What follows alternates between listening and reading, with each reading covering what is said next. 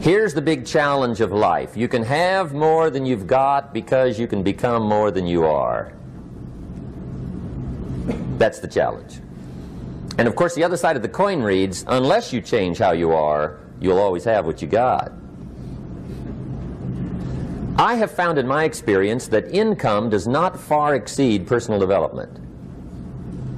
Now sometimes income takes a lucky jump, but sure enough, unless you grow out where it is, it'll usually come back where you are. Life has strange ways. If somebody hands you $1 million, best you become a millionaire quickly, so you get to keep the money. Otherwise, sure enough, it'll disappear. Somebody once said, if you took all the money in the world, divided it up equally among everybody, it would soon all be back in the same pockets. Incredible. Success is something you attract, not something you pursue. Success is looking for a good place to stay. So instead of going after it, you work on yourself. Personal development. See, the major question to ask on the job is not what are you getting. The major question to ask on the job is what are you becoming? See, the big question is not what am I getting paid here. The big question is what am I becoming here? Because true happiness is not contained in what you get. Happiness is contained in what you become. So that's our major subject for tonight, personal development. Of all the assignments Mr. Schoaf gave me at age 25, this was probably the most difficult. In fact, I'm still working on this one. I think it's an unending challenge to see what you can become. The next subject is called basic laws. And it's good to study the basics. And I call these basics primarily because they come from the Bible. Now, I'm not a theologian or a minister, and that'll be apparent. But Mr. Schoaf taught me that the Bible was a good textbook for ideas and stories and success equations, how to live the better life. I found out that was true. He also taught me that the Bible is as practical as it is spiritual, and I found out that's true. If you look at your bank account and your income and you're not happy, there are several places in the Bible to check to see what the heck's wrong so you can make the changes. And we're going to cover some of those tonight, called basics. Okay, the next subject is my favorite, setting goals. Mr. Schoaf taught me how to set goals. What a favor that was. One morning at breakfast, shortly after I met him, he said, Jim, let me see your current list of goals and let's go over them and talk about them. He said, maybe that's the best way I can help you get a better direction started. And I said, I don't have a list. He said, well, is it out in the car or home somewhere? I said, no, sir. I don't have a list anywhere. He said, well, young man, that's where we got to start. He said, I can tell you right now, if you don't have a list of your goals with you, he said, I can guess your bank balance within a few $100s. Which he did. And that got my attention. I said, you mean my bank balance would change if I had a list of goals? He said, drastically. That day I became a willing student how to set goals. And sure enough, learning how to set goals changed my life. And I often wondered why no one had ever taught me how to set goals up until age 25. I went to high school, but if they offered it, I missed it. I went to college for a year, never heard it. I worked for Sears. Really. And to my knowledge, Sears never taught it. Right? How to set goals. So here I am, age 25, married, my family's starting, I've been to college, I'm working, and I still don't know how to set goals. But fortunately, when I was 25, I met the man who taught me how, and it revolutionized my whole life. Economically, socially, personally, it's incredible. So I want to share with you tonight what Mr. Schoaf shared with me, how to set goals. It can be a life changer. Okay, the next subject is the negative part of the seminar. Life is part negative, so we got to talk about the negative. And this subject is called diseases of attitude. Diseases of attitude. There's a lot of things that can wreck your chances to do well. We live in a rather dangerous world, so you got to be not only wise, you got to be careful. Now, attitude diseases are just as bad as physical diseases, right? High blood pressure, heart trouble. I mean, a lot of things lace your chances to do well. So you've got to be careful. And attitude diseases are deadly. I mean, they'll destroy all the good things you start. Okay? So we'll go through those attitude diseases, how to spot them, how to look for them, what they are, and the cure. And I'm a pro on these because I've had them all, so I can give you excellent advice on these. Now, the last subject we're going to consider tonight is called the day that turns your life around. The day that turns your life around. And under this subject, we're going to talk about the emotions that can change your life. Human beings are emotional creatures, and emotions are powerful for life change. Now, of course, emotions are so powerful they can go either way on you. Emotions can either build or destroy. So you really have to employ emotions properly. We call civilization the intelligent management of human emotions. If you can intelligently apply your emotions in the right direction, no telling what can happen. Could turn your life around one day would be sufficient. So we'll talk about those. Okay. Now that's a lot to cover in one evening, but we'll keep at it here and see if we can't get it all done. I'd like to have you now jot down the theme of the seminar. Every seminar should have a theme, I guess. We've got one. It's on some of our literature if you happen to notice it, but if you didn't, for your notes, here it is. The theme of the seminar goes like this: the major key to your better future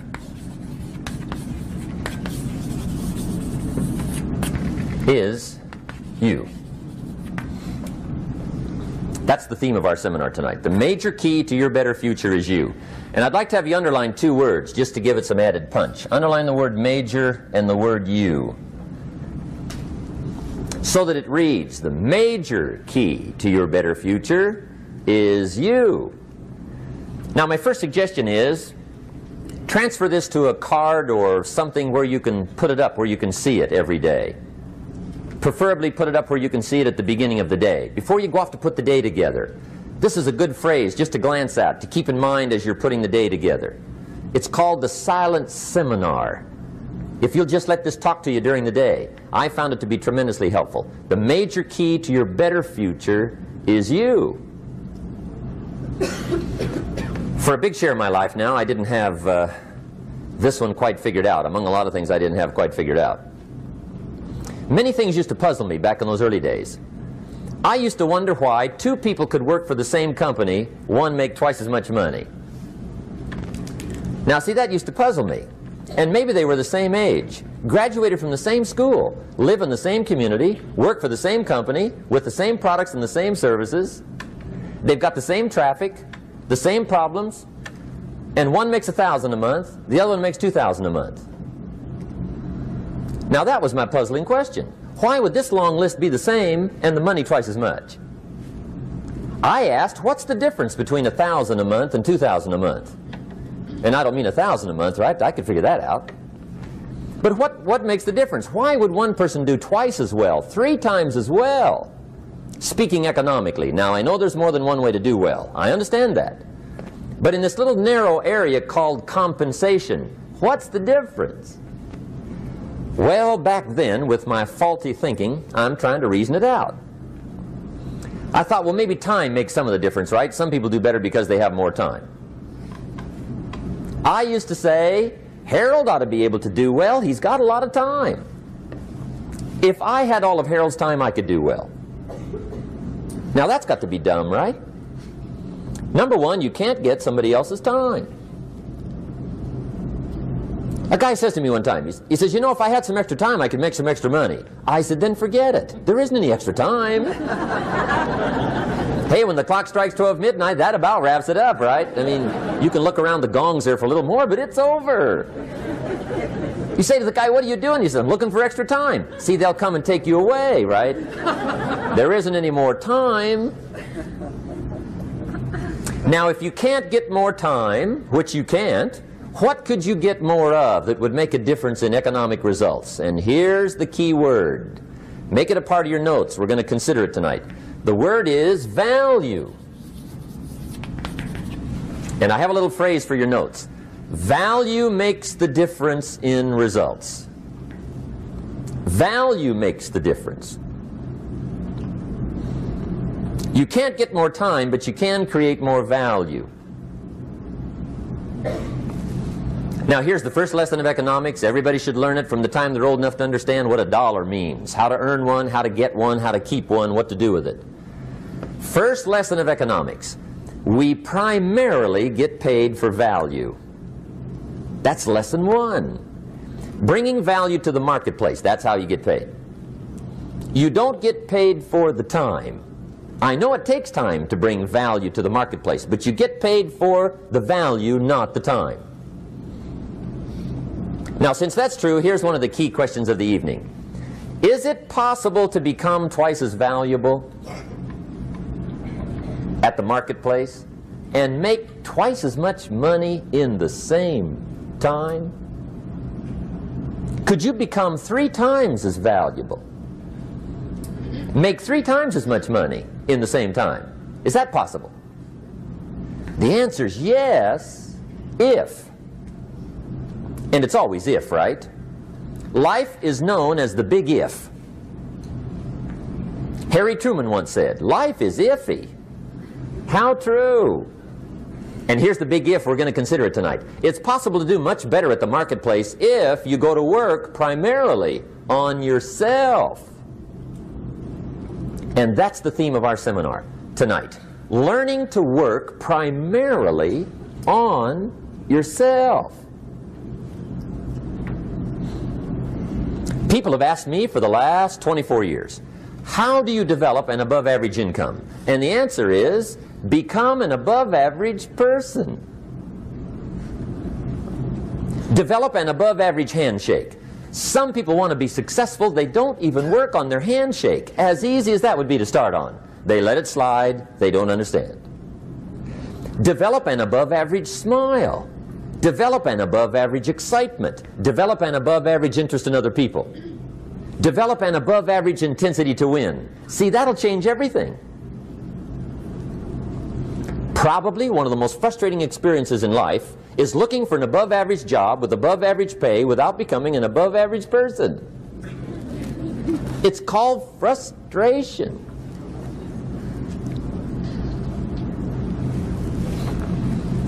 And Mr. Schoaf gave me probably the greatest clue he gave me when I first met him. He said, Jim, if you want to be wealthy and happy the rest of your life, just learn this lesson well. He said, learn to work harder on yourself than you do on your job.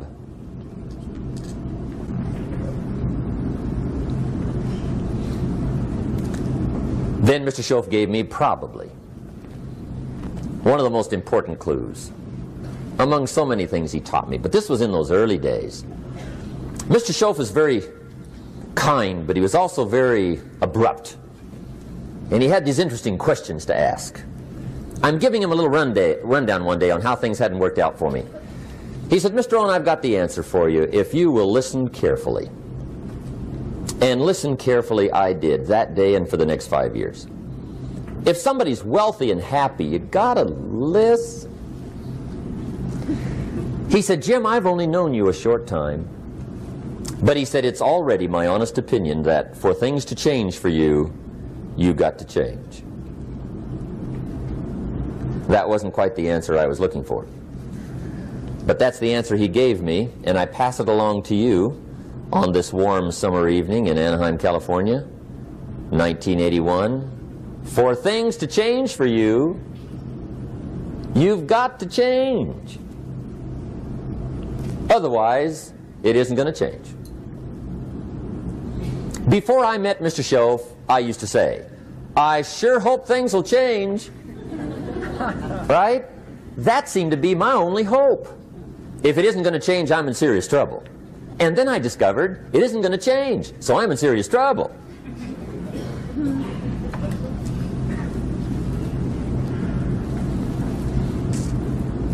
See, I can tell you what the 80s are going to be like. You have dropped into the right place. I did a seminar one time for Standard Oil executives and management in Honolulu. And we're having a conference one day on this big conference table. And one of them said to me, "Mr. Rohn, you know some fairly important people halfway around the world. What do you think the 80s are going to be like?" I said, "Gentlemen, I do know the right people. I can tell you." So they all listened very carefully. And I said, "Gentlemen, based on my wide experience, I can really honestly say to you, in my opinion, in the 80s, it's going to be about like it's always been." Aren't you glad you came? That's inside. I don't pass that around just everywhere. Now, of course, I said that to make a point, but I also said it because it's accurate. It's going to be about like it's always been. It isn't going to change. The tide comes in, and then what? It goes out. For 6,500 years that we know of, recorded history, and probably long before that. So it is not going to change. It gets light, and then what? It turns dark. 6,500 years. See, it's not likely to change. And we're not to be startled by that. And if the sun goes down, the guy says, "What's happened? What's happened?" It means he hasn't been here long, I guess, right? It always goes down about this time. The guy says, "Well, I don't like that arrangement." Well, you got to talk to somebody besides me, right? It gets light, then it turns dark. In rotation, the next season after fall is what? Winter. Pray tell, how often does winter follow fall? Every year regularly for the last 6,500 that we know of. See, it is not going to change. Now, some winters are long, and some are short, and some are hard, and some are easy, but they always come right after falls. It isn't going to change. Sometimes you can figure it out, sometimes there's no way to figure it out. Sometimes it goes well, sometimes it gets in a knot. Sometimes it sails along, sometimes it gets in reverse. See, that's not going to change.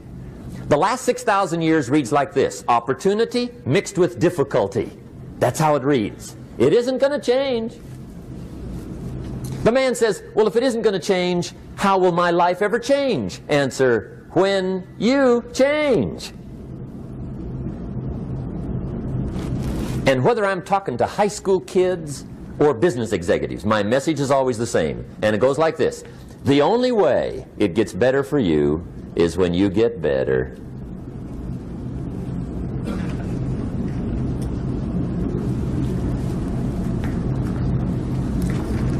Let me give you the 4 major lessons in life to learn. Here's 4 majors. It's good to study the majors. In our weekend seminar we teach. Some people don't do well because they major in minor things. You've got to be on the lookout. At the end of every week, end of every month, you've got to check, make sure you're not spending major time on minor things. Okay, we go through that whole series. Majors and minors. Now, let me give you 2 phrases before we get to the 4 majors. This will set it up and you'll see where I'm going. 2 key phrases for your notes. Here's the first one. Life and business is like the changing seasons. That's the first phrase.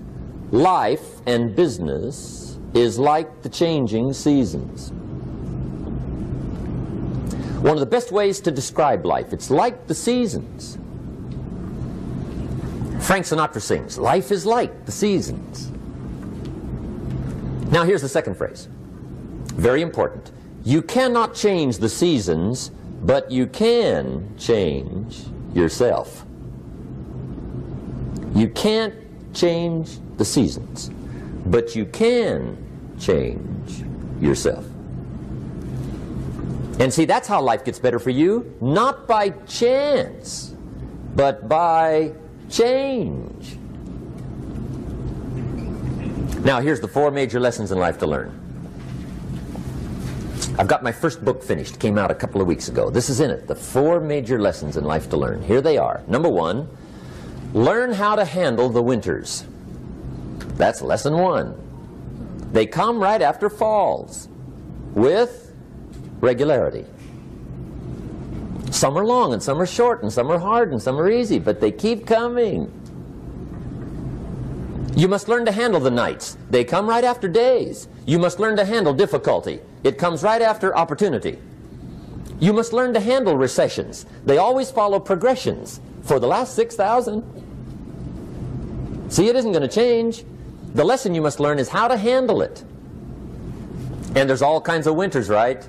The winter when you can't figure it out. The winter when it all goes smash.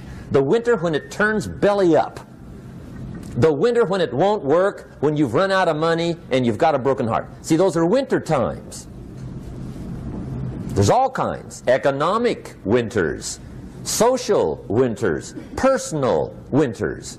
When your heart is smashed in 1,000 pieces and the nights are unusually long, your prayers seem to go no higher than your head. It's wintertime. Barbra Streisand sings, "It used to be so natural to talk about forever, but used to be's don't count anymore. They just lay on the floor till we sweep them away. You don't sing me love songs, and you don't say you need me, and you don't bring me flowers anymore." A song of winter. But see, the disappointments come. Those are normal. That's part of life. But the question is, how do you handle it? How do you handle the coming winters and the disappointments and the down times? Well, you can't get rid of January by tearing it off the calendar. But here's what you can do. You can get stronger, you can get wiser, and you can get better. The winters won't change, but you can. And that's how life changes for you. See, before I understood, when it was winter, I used to wish it was summer. I didn't understand. When it was hard, I used to wish it was easy. I didn't know. And then Mr. Schoaf gave me a part of his very unique philosophy when he said, "Don't wish it was easier, wish you were better." See, that triggered my whole life change. Don't wish for less problems, wish for more skills. Don't wish for less challenge, wish for more wisdom. That's the key. So that's lesson 1, learn how to handle the winters. Here's lesson 2, learn how to take advantage of the spring. That's the second one. Spring is called opportunity. And spring follows winter. What a great place for it. If you were going to put it somewhere, that'd be the place to put it, right after winter. And pray tell, how often does spring follow winter? Every year with regularity, 6,000. You can almost count on it. See, opportunity always comes. Days follow nights. Isn't that terrific? Opportunity follows difficulty. But here's what you must learn to do. Underline these 2 words in that key phrase. Take advantage. Underline those 2. You must learn to take advantage of the spring. See, just because spring rolls around is no sign you're going to look good come fall. You got to do something with it. In fact, you have to get good at one of 2 things in life. Planting in the spring or begging in the fall. Or get somebody to do it for you. See, those are about the only alternatives. Now here's what else you must do. Take advantage of the springs quickly, because there's only a few. Just a handful of springs have been handed to each of us. They don't come forever. Life is fairly brief. So you got to read every book you can get your hands on what to do with your springs while they're here. And take advantage, they soon run out. The Beatles wrote, "Life is so short." And for John Lennon, it was extra short. But life is brief. Elton John sings, "She lived her life like a candle in the wind." It's brief. So whatever you're going to do with your life, you got to get at it. Don't just let the springs pass. Here's the third major lesson in life to learn. Learn how to protect your crops all summer. You got to take care of what you start. Sure enough, as soon as you've planted your garden in the spring, the busy bugs and the noxious weeds are out to take it. And here's the next bit of truth. They will take it unless you Prevent it. And that's the third major skill to learn. You've got to learn to prevent the intruder from taking all the good you start. It's one of the challenges. Here's two key phrases under number 3. First one, all good will be attacked on this planet. Maybe not the next one we get to, but on this one, all good will be attacked. Every garden will be invaded. Not to think so is naive.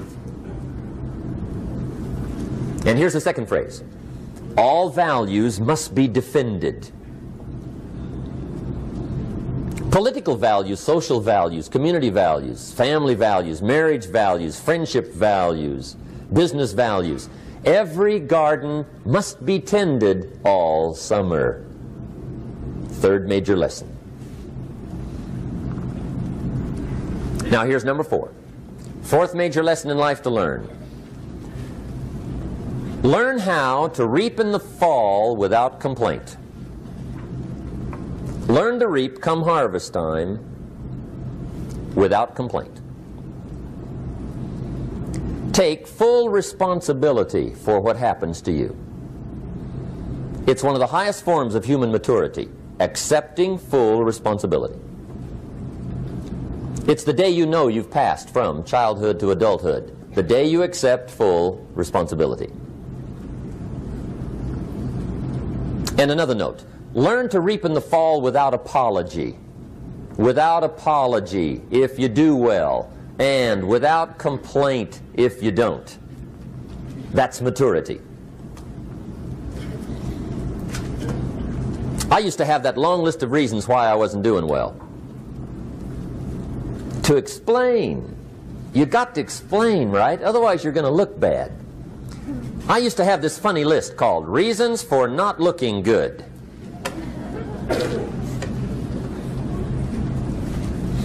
I used to blame the government. I mean, you can believe that or not. It was at the top of my list. I had a lecture second to none. The government. That was on my list.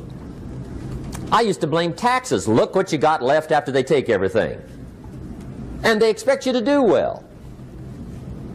That was on my list there. Prices, that one's easy, right? You walk into the supermarket with $20, come out with a little half bag. So I had that on my list. I used to blame the weather. I blamed the traffic. I used to blame my car. I blamed the manufacturers. I used to blame the company. I blamed company policy. I used to blame the training program. I blame my negative relatives. They were always putting me down. I blame my cynical neighbors. They're just selfish, looking out for themselves. Won't loan you money? They were on my list.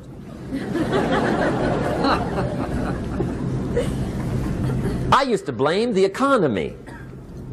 I blamed the community. That's a pretty good list for not doing well, isn't it? I thought it was good. I'll never forget one day, Mr. Schoaf was very kind, but he was also very blunt. And this was no exception. And I'm glad he was blunt. There's a lot of things I'd have missed if he hadn't have been blunt. One day, with sort of a curious look on his face, he said, "Jim, just out of curiosity, tell me, how come you haven't done well up until now?" Excellent question. I thought, well, so I won't look too bad, I'll go through my list. And this list I just gave you, I put that on him. And he was very patient. He let me go through the whole thing, the government, the weather. I went through this whole thing. When I finished, he looked my list over very carefully. He said, "Mr. Rohn, big problem with your list. You ain't on it." How brilliant.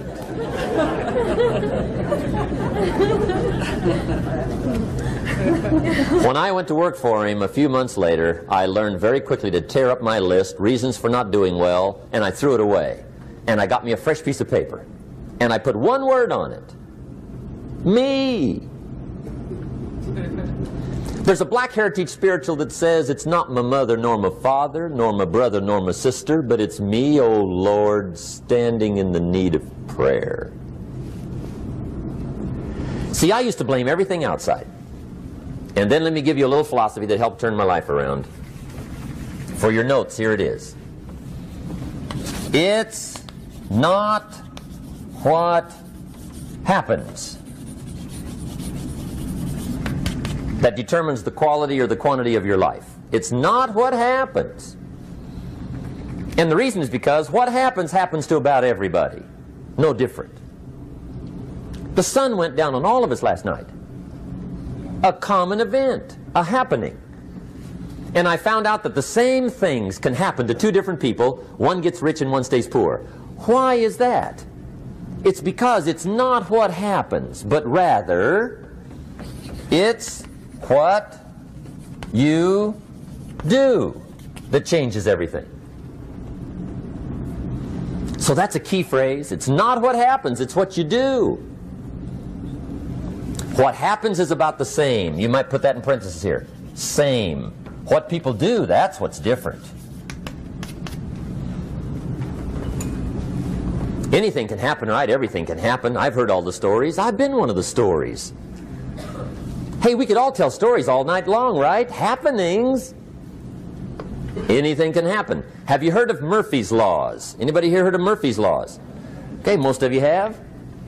Murph had these laws. One of them was, if anything can go wrong, it will. That's one of Murphy's Laws. He was not one of the great positive speakers of the day. But anyway, it's still true though, right? Anything can go wrong, everything can go wrong. For sure. I've fallen out of the sky so many times. Once to the tune of a couple of million. Devastating. Took me a while to survive that one. Now, it wasn't all that much, but it was all I had. Right? I mean, that's when it's much, right? When it's all you got. If you got 3, 2 go, you got 1 left, you ain't looking that bad. But when it all goes. Has anybody been there when it all went? Anybody? Come on, the rest of you liars. Go ahead. Hey, we've all been there, right? When it all went. Of course, it used to be a long time ago, right? When you ran out of money, got to 0, you were all through. Heck, now you can whistle right on by 0, right? I mean, they will bury you. That's what they will do.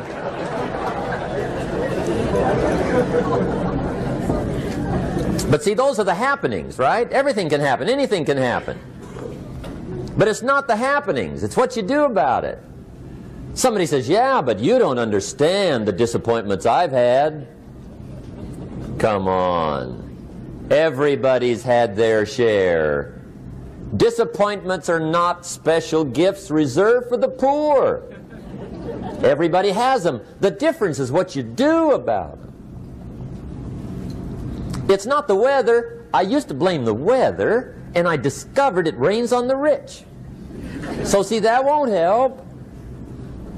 2 men wake up one morning, there's a rainstorm on. One of them looks out his window, sees the rainstorm, and he says, wow, what a storm. With weather like this, they can't expect you to go out and make sales. He stays home. Same morning, the other guy looks out his window, sees the same storm, says, wow, what a storm. But he says, you know what, with weather like this, what a great day to go out and make sales. Most everybody will probably be home. Especially the salesman.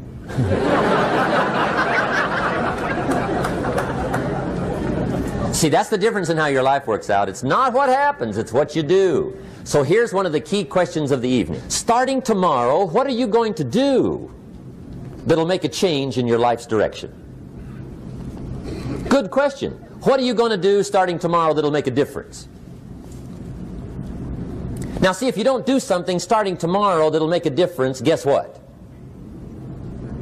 It's gonna be the same. And see, that way you can guess what the next 5 years are going to be like. Look at the last 5. Because the next 5 are going to be like the last 5 unless you, major key, tomorrow, change it all. Or change a little, or change something, or don't change. It's choice time. You can do whatever you want. But it's nice to know any day you wish you can change your whole life. What can you do starting tomorrow that'll make a difference? Good question. What can you do with economic chaos, massive disappointment. What can you do with a broken heart? What can you do when it won't work? Good question. So if I had a word with you tonight, one-on-one, just you and me, I think my personal advice to you would be, this year, 1981, reach down inside of you and come up with some more of those remarkable human gifts. They're there, waiting to be utilized. And then change anything for you you want to change. And I challenge you to do that because you can change. If you don't like how it is for you, change it. If it doesn't suit you, change it. If it doesn't please you, change it. If it isn't enough, change it. And I challenge you to do that because you can change. See, you don't ever have to be the same again after tonight, only by choice. If you don't like your present address, change it. You're not a tree.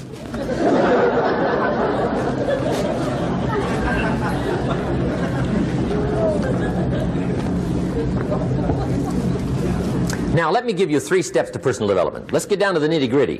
What does it take to really make the changes starting tomorrow? It takes more than philosophical pronouncement. I know that. It also takes more than enthusiasm. I know we're hearing a lot about enthusiasm these days, but see, that just won't do the job.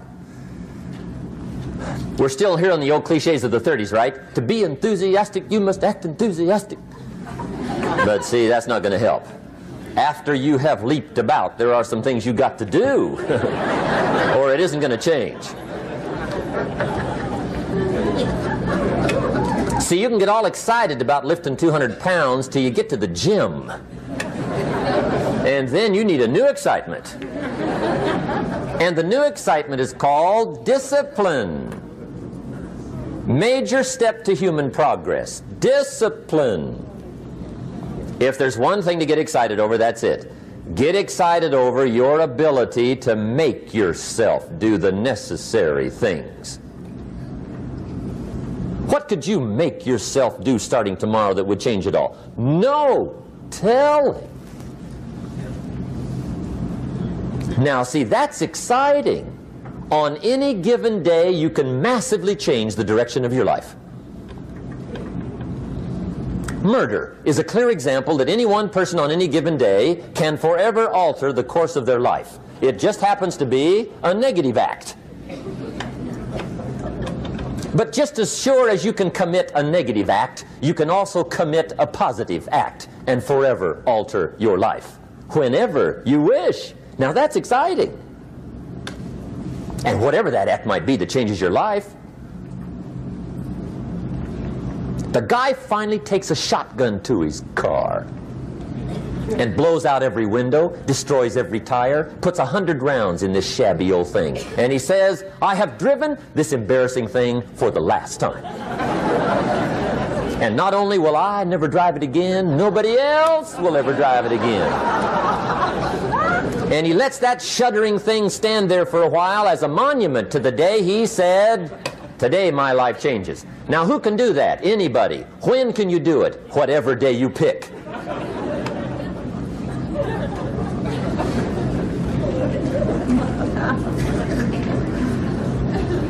Now here's the key to discipline.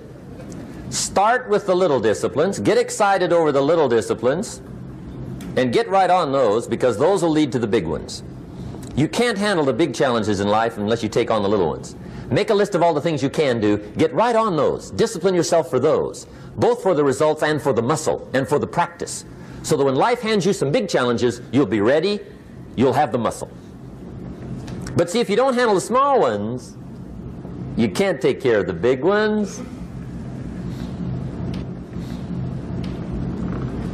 Okay, here's what else it takes for life change. Self-motivation. Key phrase, self-motivation. I don't know why we call it self-motivation. It's really the only kind there is. You've got to motivate yourself.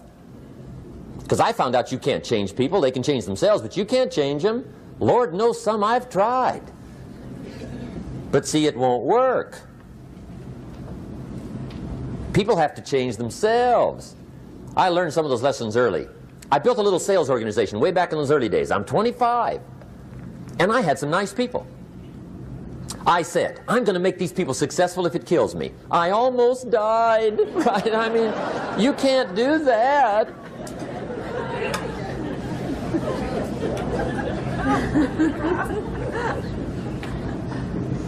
See, I've discovered this. Good people are not trained, they're found.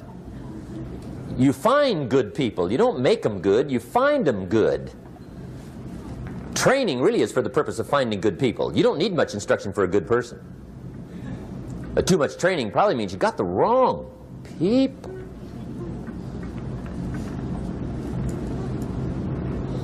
So you got to find the right people. That's the key to getting a good job done.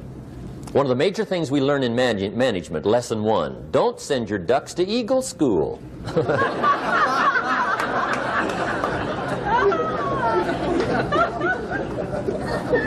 Because it won't help. I mean, I'm telling you, it won't help no matter how good your school is. And the little eagle badge and little eagle hat, I'm telling you, it won't help. It won't help. You can tell whether your school's done any good, right, is when it's over, right? The duck goes for his first rabbit and makes him a friend. You say, no, no, no. Anyway, so it takes self-motivation to really alter your life. And you don't want to give self-motivation away to somebody else and make it somebody else motivating you. The guy says, boy, if somebody just come by and turn me on. What if they don't show up? Right? See, you got to have a better plan for your life. Okay. Now, if you're excited and you're ready to change, let me give you 3 steps to start life change that can change your life, your personality, your lifestyle, everything can change. Here's the steps. Number 1, find out how things work. The first key to doing better is find out. To change your life, really, you need ideas. There isn't anything an idea can't change. And Schoff taught me the major problem is lack of an idea, not a problem. At first I didn't have any money. I said to Mr. Schoff, I don't have any money. He said, that's not a problem. Now see, up until then I always thought it was. Right? I was confused. He said, no, no, the problem is lack of an idea on how to create money and wealth. It isn't lack of money, it's lack of ideas. So if you get the ideas, see, you can change anything. Now to get ideas, you need a constant study of finding out. Now Schoff also said, when you find out something that works, put the information in your journal. Don't use your head for a filing cabinet. Put it in your journal so that you can do the next best thing. Repetition, repetition, repetition. Go over it. And if you repeat it, go over it, sure enough, someday, some mysterious day, the idea takes root, starts to grow, and shows up in your bank account, and your dress, and your personality, and your lifestyle. But capture the ideas in your journal. Find out how things work. Schoff gave me this word for my life change. He said, study. Great word. If you wish to be successful, study success. If you wish to be happy, study happiness. If you wish to be wealthy, study wealth. Don't leave it to chance. Make it a study. Some people just go through the day with their fingers crossed. See, that won't do it. You've got to study the things that can change your economic, social, spiritual, personal life. Now here's a qualifying phrase. And we'll have several of these qualifying phrases throughout the seminar. Here's the first one. You may not be able to do all you find out. I understand that. You may not be able to do all you find out, but you should find out all you can do. See, you don't want to wind up at the end of your life and discover that you've lived only 1/10 of it. And the other 9/10 went down the drain. Not for lack of opportunity, for lack of information. So that's number 1, find out how things work. Now here's the best human virtue for finding out, curiosity. Make a note of that. Curiosity. Be curious. You might add a word to it that'll help. Childish curiosity.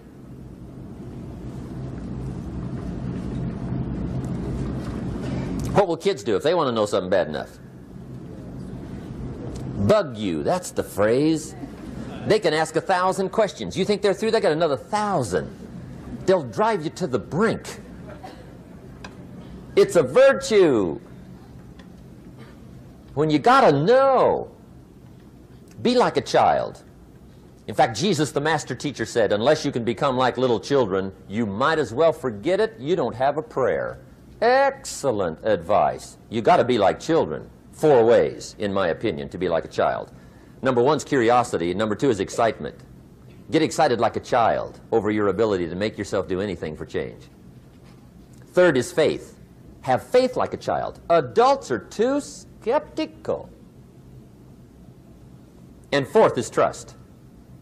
Trust is a childish virtue, but the rewards are incredible. So be like a child. Now, if you're curious, let me give you 3 ways to find out how to change anything. Any life direction, any dimension. Here's 3 ways to find out how to change anything. Number 1 is to read. Become a good reader.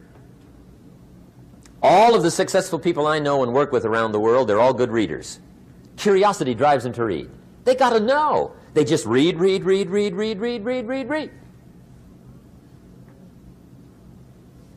Become a good reader. Now, that's my opinion. Listen to the other lecturers and listen to me and make up your own mind. Don't be a follower. Be a student. Okay? I say, really, for life change, you got to read. One way to learn is from your own experiences, but another way to learn is from other people's experiences. See, one book might save you 5 years if you read it. Did you know there's books on how to be stronger, more decisive, be a speaker, be a leader, have a better effect on other people, develop your personality? Did you know there's books on that? And people don't read them? How would you explain that? And they can read. Did you know that hundreds of successful people have written their stories in books and they wrote down how they did it and people don't read it? How would you explain that? The guy's busy, I guess. You know, you get tied up. The guy says, well, yeah, you work where I work. By the time you struggle home, it's late. You got to eat a bite of supper, watch a little TV, get to bed. You can't sit up half the night reading. And the guy's behind on his car payment. Good worker, hard worker, sincere. But you got to be better than sincere and work hard. Otherwise, at the end of your life, you'll wind up cold, stony broke. You got to be better than a good worker. You got to be a good reader. The whole world is governed by laws. The universe, in fact. Laws. We call it the law of electricity. We call it the law of gravity. There's mathematical laws. There's physical laws. Speed and velocity laws. Agricultural laws. There's all kinds of laws. Now that we find ourselves on the spinning planet, you just have to learn what I call the setup. Learn the setup. Life's setup. Now, we didn't set it up, but we're here, so you got to learn it. And we should learn the setup for 2 basic reasons. Number 1, to keep from getting hurt. It's one of the major reasons for learning, so you won't get hurt. See, economically, socially, personally, you can get hurt just not knowing. Ignorance is not bliss. Ignorance is poverty. Ignorance is tragedy. You got to know or you're going to get hurt. It's good to know not to walk out the 10-story window. That's excellent information. Now, what if a guy didn't know and he walks out? Now he's dead at the bottom. Somebody says, well, the poor guy didn't know. You got to know or you're going to get hurt. Okay. Now, here's a parenthesis. You don't have to like the setup. I don't ask you to like how it is. That's not what's important. But it is important to learn how it is. Okay? So you don't have to like it, but you should learn it. That's what I tell the kids, right? Make sure you get the information. What you think about it, that's up to you. What you're going to do with it, that'll soon be up to you. But make sure you get it. See, there's nothing worse than being stupid. Nothing. I mean, being broke is bad, but being stupid is awful. And what's really bad is being broke and stupid, right? That's about the end of the world. I mean, there isn't anything much worse than that. Unless you're sick. Sick, broken, stupid. I mean, that is it, right? There's nowhere else to go. So make sure you get the information. It's key. You don't have to like it, but learn it. If this big monstrous thing lifts up in the sky, hangs there for a little while, cuts loose, comes crashing down, boom, shakes the ground for 5 miles. And then this big monstrous thing lifts back up in the sky, hangs there for a little while, cuts loose again, comes crashing down, boom, shakes the ground for 5 miles. It just keeps doing it, this big monstrous thing, lifting up and then crashing down, boom. Now, you might come along one day and say, that's got to be a stupid arrangement, which is okay. You're entitled to your opinion. But the first thing you should learn to do is get out from under it, right? That's number one. You might have a great moral argument. You might want to shake your finger at the sky, but do it from over there, right, so you don't get smashed. It's called your basic smart. So number one, learn so you won't get hurt. Whether you like it or not, learn. Now here's the second reason for learning, the setup, to benefit. It's called the plus of life. And that's what life is, right? Both minus and plus. The minus is tragedy, heartache, misery, failure, unhappiness. But life is also happiness, prosperity, good feelings. So here's the key. Learn to get on the good side of the way things work.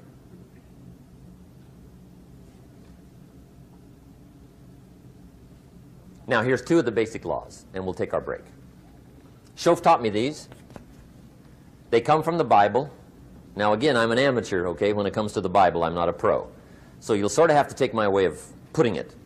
But here they are. The first one is the law of use. The law of use. And it goes something like this. Whatever you don't use, you lose. Lack of use causes loss.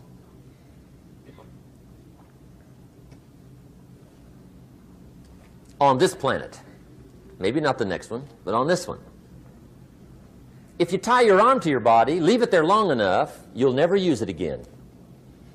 It's over for the arm. Now, it may not be over, but it's over for the arm. The only way to keep the use of this arm is what? Keep using it. If you quit, you lose automatically. They don't bring it up for a vote. You lose automatically when you quit. Now, the same thing that goes for your arm goes for your brain, mentality. The same thing goes for all the human virtues. Ambition, unused, declines. Strong feelings, unused, diminish. It doesn't grow, it diminishes. Faith, unused, decreases. It's a law. Vitality unused diminishes. Energy unused decreases. The guy says, well, I'm going to save up my energy. You can't do that. That's like trying to save today, put it on the end of the year. See, you can't do that. They'll come take you away. If you don't use today, what? It's lost. The guy says, well, I'll work twice as hard tomorrow to make up for it. See, that's foolish. You could have done that anyway. Today unused is lost. A talent unused is lost. An ability unused is lost. So here's one of the key expressions of the evening. Take a new inventory of yourself. Starting tomorrow, new project. Take a new inventory. And make sure that all of your talent and ability and mentality and ingenuity and vitality and strong feelings, faith, courage, make sure that all you've got's being used. Otherwise, you lose. Now, one of the best illustrations of the law of use is a Bible story called the Parable of the Talents. The talent story. Interesting story if you haven't read it in a while. Just review it. It's a good story. An ancient story. It says there was a master with 3 servants. He got them together one day, and he said to the 3, I've got these talents. And in those ancient days, a talent was a measure of gold. And he said to the 3 servants, take these talents and see what you can do with them while I'm gone. He said, I'm taking a journey and I'll be gone for a while. When I come back, we'll get together, go over the book, see how you did. He said, here's 5 of these talents for you. 5. Here's 2 of them for you. 2. And here's 1 for you. 1. The master said, take those talents, see what you can do with them. When I come back, we'll get together, we'll go over it all. The servant said, okay. Master takes off. According to the ancient story, the master comes back from his trip. When he gets back, he gets the 3 servants together, and as he said he would, he asks, how did it go with those talents? You were 5. What happened? That servant said, well, I took the 5 talents you gave me, and I put them to work. A little shaky at first, but he said things finally got rolling. And he said, I poured it on. And he said, my talents grew to 7, 8, 9, 10. He said, I doubled my talents from 5 to 10. Books will show. Master said, one heck of a job. Or something like that. He said, I gave you 2 talents. What happened? That servant said, about the same thing happened to me. I put those 2 talents to work, poured it on. They grew to 3 and then to 4. He said, I doubled my talents from 2 to 4. Books will show. Master said, well done. He said, I gave you 1 talent. What happened? That servant said, well, I took the talent you gave me, and I carefully wrapped it, and I dug a hole and buried it. And camouflaged it, I suppose, right? So nobody would steal it. And he said, fortunately, nobody got it. And he said, I knew you were going to be here today, so I dug it up. Here it is, safely wrapped. I did not lose it while you were gone. According to the ancient story, the master said, take that talent away from him and give it to the man that's got 10. Now you might say, well, I don't like that arrangement. The poor guy's only got 1 talent. He's already got 10. It ought to be more even. Remember, I didn't ask you to like it. But this one I would ask you to learn, because it simply means whatever you do not employ, you forfeit. It's a law. So learn well the law of use. Now here's the second one, and we're going to take our break. Second law from the Bible. This one we've heard since we were small, I'm sure. It's called the law of sowing and reaping. In fact, we've probably heard it so often we could quote it. It says, whatever you sow, what? You shall reap. Fairly blunt, hopefully clear. Here's my first suggestion on the law of sowing and reaping. Don't try to beat it. You might as well try sitting on the sun in the morning. Keep it from coming up. You'll have better luck. Whatever you sow, you reap. Now, for a fair share of my life, I'm a bit mixed up on how all this applies. Among a lot of things I was mixed up on. I knew I wasn't reaping too good. That I understood. My problem was I was confused about what was causing it. Remember me with the funny list? I thought those are the reasons why it isn't working out well.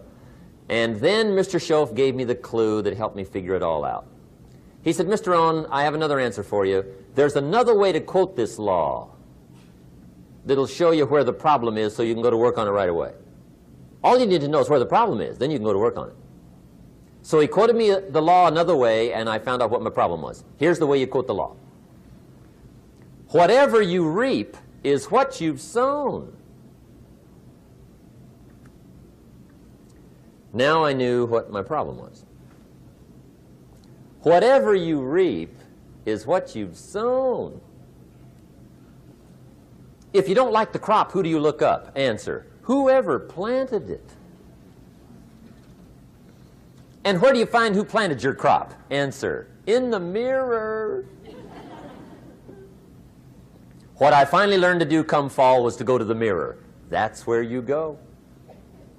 And if necessary, you say, a few skinny carrots? I got to be unimpressed. Where were you last spring? Asleep? Didn't you read the books? Did you break your hoe? Let me give you 7 key points to the law of sowing and reaping. Let's tick right down through the list of 7, and it'll be break time. 7 points to sowing and reaping. Here's part of the philosophy that really helped me to make some changes in life direction. Number 1, the law of sowing and reaping is negative. That's number 1, which simply means if you sow bad, you reap bad. Now, this is kind of 3rd grade, but it doesn't hurt to go over the basics. If you plant thistle seeds, you don't get pumpkins. Honest, no use looking for pumpkins. John says, how come no pumpkins? Come on, John. The law's negative. That's how come. Now, here's number 2. The law's positive, which simply means if you sow good, you reap good. If you plant pumpkin seeds, you don't get thistles. Not from pumpkin seeds. Mother Nature won't pull tricks on you over in the corner snickering, pushing you thistles and you planting pumpkin seeds. She won't do that. You will get pumpkins from pumpkin seeds, and the reason is because the law is positive. Now, here's number 3. I got excited when I found out the full dimension of this. See, you do not reap what you sow, but rather, you always reap much more than what you sow. So the 3rd key word is more. You don't get back what you put out. You get back much more than what you put out. And it works both positive and negative. On the negative side, it said, if you sow to the wind, you reap the whirlwind. So you've got to get ready for that, or you will be naive. See, anybody can, whether you will or not. See, that's the question. And here's a good question to ask. We are all buying somebody's plan. The question is, whose? Who's got you talked into doing what you're doing? Who's got you talked into your present plan? See, 10 years from now, you will surely arrive. The question is, where? But see, anybody, if you want to, can go searching for a good plan, pick it, and start working it. And sure enough, as the time passes, as it surely will 5 years from now, 10 years from now, then you'll be winding up wearing what you want to wear, driving what you want to drive, living where you want to live, become what you want to become. But now's the time to fix the next 10 years. And who can? Anybody. Here's number 6. The 6th key to sowing and reaping. This is leveling with you now, as we promised to do. There's one thing better than the truth, and that's the whole truth. And here's part of the whole truth of the law of sowing and reaping. Number 6 is, you could lose. There are times when you just lose, no matter what you do. It's that kind of planet. You reap what you sow, yes, but... What does that mean, yes, but? Well, the farmer plants his crop in the spring, takes care of it all summer, loves his family, works 10, 12 hours a day, 6, 7 days a week, is an honorable man. Come fall, he's got a beautiful crop, and he deserves every bit of it. But the day before he sends the combines into the field, a hailstorm comes along and beats it all in the ground, which means you lose. Somebody says, well, what did he do wrong? Answer, nothing. It's just that kind of planet. Sometimes it's going to hail on your crop and rain on your parade, so you got to get ready for that or you will be naive. That's just part of the life arrangement. And don't press me why. I was not in on some of the original decisions here, so I don't know how it got set up. But there's just times, sometimes you lose. That's part of life. But now here's number 7. The 7th key to sowing and reaping. And it goes like this. It's just another way to quote the same law. And it goes like this. If you don't sow, that's just another way to quote the law. If you don't sow, what? You don't reap. You don't even have a chance. So if you looked at your game plan tomorrow, you might come to the quick conclusion, I got to get some sowing going. How true. Get you some sowing going. And remember, you've got plenty of time. You've got all the time there is. Some people spend enough TV time to make a fortune. The latest article on television watching in this country, according to the latest article, the average television is on in this country in every household 7 hours a day, called the Big 7. I asked a guy one time what his TV cost. He said about $450. I said, you forgot to look at the price tag. He said, what do you mean? I knew he was a TV watcher. I said, that television costs you, in my opinion, at least $12,000 a year. To watch it, not to own it. Owning it's cheap. Watching it is what's expensive. And I said, hey, $12,000 a year is too much to pay to watch TV. That's too much. Pay a little, but not $12,000. And he's the guy that said, I hope pay TV never comes.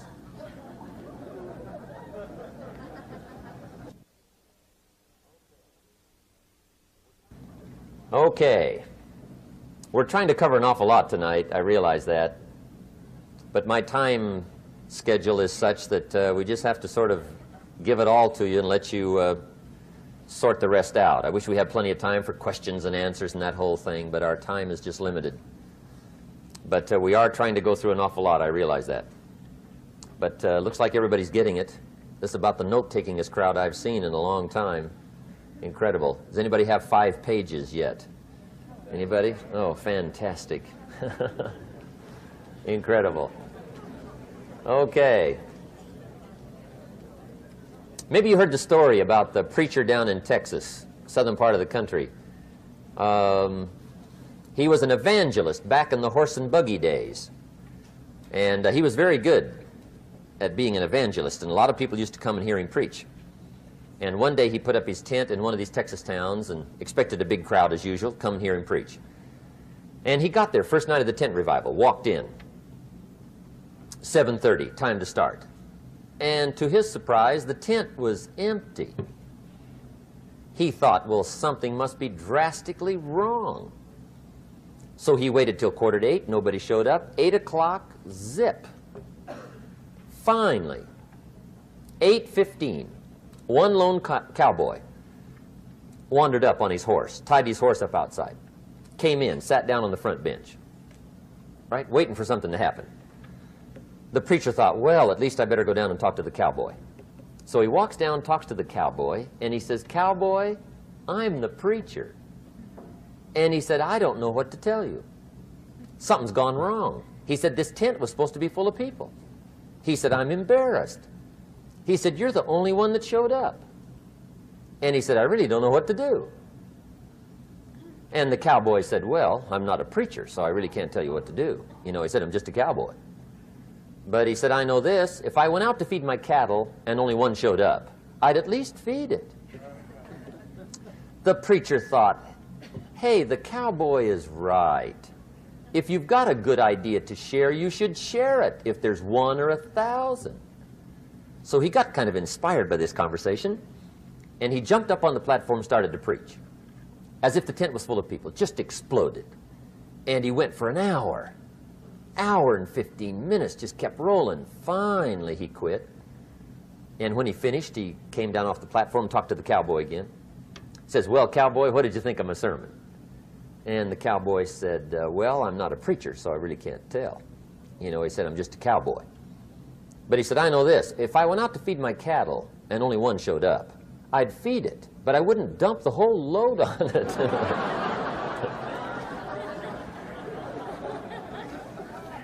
So anyway, if it seems like we're dumping the whole load tonight, I guess we are. But gosh, everybody's doing well. I'm having a good time. I appreciate the response here tonight. Okay, the next subject is setting goals. Let me show you what turned my life every way but loose. Mr. Schoaf dropped this idea on me, changed me completely. Setting goals. Here's what can easily happen if you don't set goals. It's easy to let life deteriorate into making a living instead of designing a life. And we all have a choice: make a living or design a life. It's easy to get trapped by economic necessity and settle for existence rather than substance. That's easy. But the best advice I can give you on how to break out of that trap is to learn how to set goals. Mr. Schoaf put it to me this way. He said, "Jim, if you had enough reasons, you could do the most incredible things." I never forgot how he put that. If you have enough reasons. See, reasons will change your whole life. Mr. Schoaf said to me, he said, "Mr. Rohn, I think you've got plenty of intelligence, you've got plenty of talent, you've got plenty of ability. Probably what you lack is plenty of reasons." He said, "I don't think your current bank balance is a true indication of your level of intelligence." I was happy to hear that. He said, "I think you're much smarter than your present bank balance indicates." And that turned out to be true. I was much smarter. But of course my first question was, well then why isn't it bigger? And he said, "You don't have enough reasons. You've got enough intelligence, but not enough reasons." So see, reasons can change your life. Here's what else I found out. Reasons come first, answers come second. You don't get the answers to do well till you get the reasons. Life has a mysterious way of hanging on to all the answers and only gives them up to the people that are inspired by reasons. So reasons make the difference in how your life works out. Now, what are some of the reasons for doing well? Let's go through a quick list called Reasons for Doing Well. First is personal reasons. Some people do well for recognition. Some people do well for respect. Some people do well for the way it makes them feel. They love the feeling of being a winner.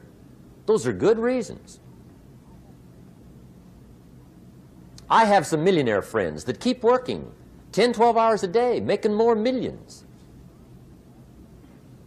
And it's not because they need the money. It's because they need the joy and the satisfaction and the pleasure that comes from being a constant winner. And see, it's not just the money anyway. It's the journey, not the money. Once in a while somebody says to me, "Boy, if I had $1 million, I'd never work another day in my life." That's probably why the good Lord sees to it they don't get their million, right? They'd quit. They'd quit. Okay. Next is family reasons. Some people do extremely well for other people, and that's powerful. Human beings can greatly affect each other. Sometimes we will do things for somebody else we will not do for ourselves. We're made that way. I met a man one time who said, "Mr. Rohn, to do all the things I want to do with my family around the world," he said, "I got to have at least $250,000 a year." I thought, incredible. Could a guy's family affect him that much? And the answer is, of course. How fortunate are the people that find themselves greatly affected by somebody for personal achievement. And we are affected. The writer of a recent song said, "If not for you, the winter would hold no spring, couldn't hear a robin sing. I just wouldn't have a clue if not for you." So we can be affected. That might be one of the most stimulating reasons to do well, finding somebody. When Andrew Carnegie died, the wee little Scotsman that built the big steel industry, when he died, they opened up his desk, and in one of the desk drawers, they found a slip of paper. On that piece of paper, Mr. Carnegie had written his goal for his life, and he wrote it when he was in his 20s. And on that piece of paper, it said, "I'm going to spend the first half of my life accumulating money. I'm going to spend the last half of my life giving it all away." What a goal. He got so inspired by that goal that the first half of his life, he accumulated $450 million. And the last half of his life, he gave it all away. Good question tonight. What's got you turned on? What's got you bombed out of sight to get up early and stay up late and hit it all day? Next question. What's got you turned off? When I found the answers to those two questions, my life exploded into change. I finally found out what had me turned off, and I got that cured. And then I got me a long enough list of reasons to turn me on. And once the lights went on for me, age 25, they've never gone out. I've fallen out of the sky a few times, but I've never lost that drive to make something unique out of my life. See, reasons altered my whole life. Now, there's another list of reasons called nitty-gritty. Hard little reasons. Sometimes those little reasons are the most powerful reasons that can change your life. Sometimes it doesn't take much. I now carry several $100s in my money clip. It's only a few $100s, but it was one of those reasons turned my life around. Just before I met Mr. Schoaf, I heard a knock at the door. I go to the door, and there's a little girl standing there about this tall selling Girl Scout cookies. And she gave me one of the finest sales presentations I've ever heard. Special deal, several flavors, this whole package of stuff, $2. And with a big smile, she very politely asked me to buy. And I wanted to. Big problem. I'm broke. I don't have $2. And to this day, I can remember the pain and the embarrassment. I'm a father. I'm a husband. I've been to college. I'm working. I'm 25.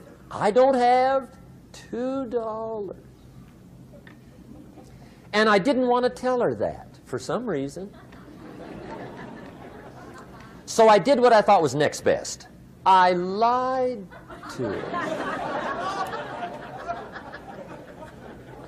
I said, "Hey, look, I've already bought lots of Girl Scout cookies. I've still got plenty stacked in the house," which was not true. But it seemed to get me off the hook for the moment. She said, "Well, gosh, that's wonderful. Thank you very much." And she went away. When she left, I closed the door, and that was the day I said to myself, I don't want to live like this anymore. I've had it with lying, and I've had it with being broke. I'm never going to let this happen to me ever again. I promised that day I would work as hard as possible and would always carry plenty. It took me a little while, but now I do. It was one of those reasons. And I guess I carry plenty for two reasons. One is the way it makes me feel, but also in case I bump into another Girl Scout selling cookies. Right? I'm ready.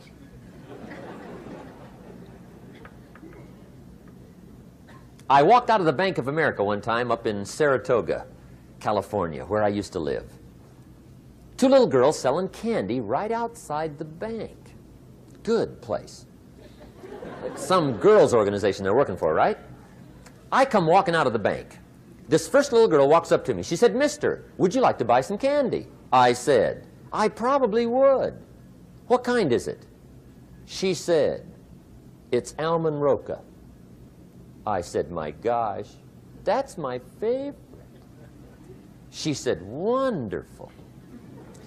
I said, "How much is it?" She said, "It's just $2. I thought, incredible. I said, "How many boxes of that candy have you got?" She said, 5. And her little friend was standing there. She was selling candy too. I said, "How many boxes have you got?" She said, "I've got 4. I said, "That's 9. I'll take them all." They said, "Really?" I said, "Yeah, it's my favorite. I've got some friends. I'll pass them around." They got so excited, put all this candy together. I reached in my pocket, gave them the $18. When I've got the candy and they've got the money, that first little girl looks up at me. She says, "Mister, you are really something." How about that? Can you imagine only spending $18 and have somebody look at you in the face and say, "You are really something"? Now you know why I carry heavy, right? I'm not going to miss anymore. It was just one of those reasons. Helped to change my life. One of my nitty-gritty reasons was budget finance. Budget finance used to grind my soul. Way back in those early days, I had fallen for one of those consolidation loans, where you take all your little hard-to-pay bills, put them into one big impossible-to-pay bill, right?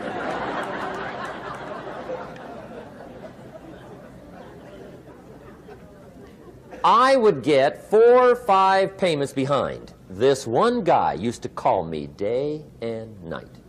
I don't think they're allowed to do that anymore. Harassed me. Threatened to run me in front of the judge. Threatened to ruin my credit. Threatened to embarrass my family. One day he said, "We're going to come get your car, drag it rear end up down the street in front of your neighbors." The guy even called me a flake. And back in those days, I'm broke, I'm pitiful, there's nothing I can do about it. But I never forgot how the guy treated me. And when I met Mr. Schoaf and I got my life straightened out and the money started to flow, that was one of my first projects, budget finance. I poured it on day and night. I finally put all the money together I owed him, which was considerable. I picked a day for the payoff. And when the payoff day came, I put the money in small bills in a big briefcase. And I walked into the budget finance office on Wilshire Boulevard in Los Angeles. The guy who harassed me so often, his desk was about 3 back. I walked right up to his desk, startled him. He wondered what I was doing there. It was the first time I'd been there since I'd borrowed the money, right? Without saying a word, I opened up this briefcase, dumped this pile of money all over his desk. I said, "Count it. It's all there. I will never be back." And I turned around and stormed out. Now, that might not be noble, but if you haven't tried it, you've got to one time.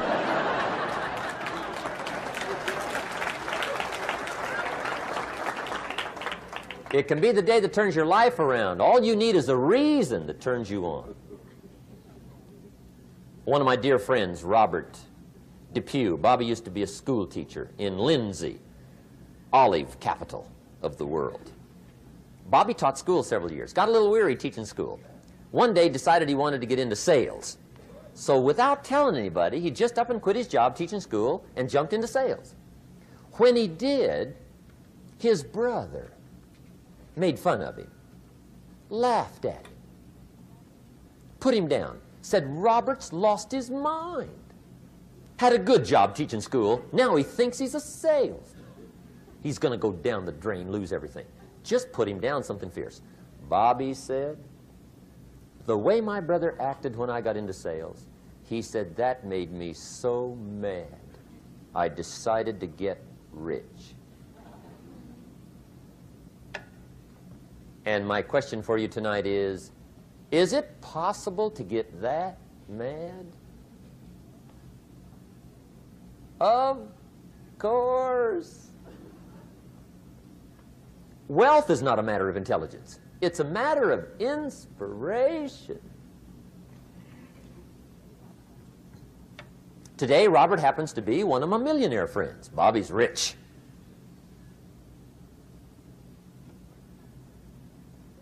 Frank Sinatra said one time, the best revenge is massive success.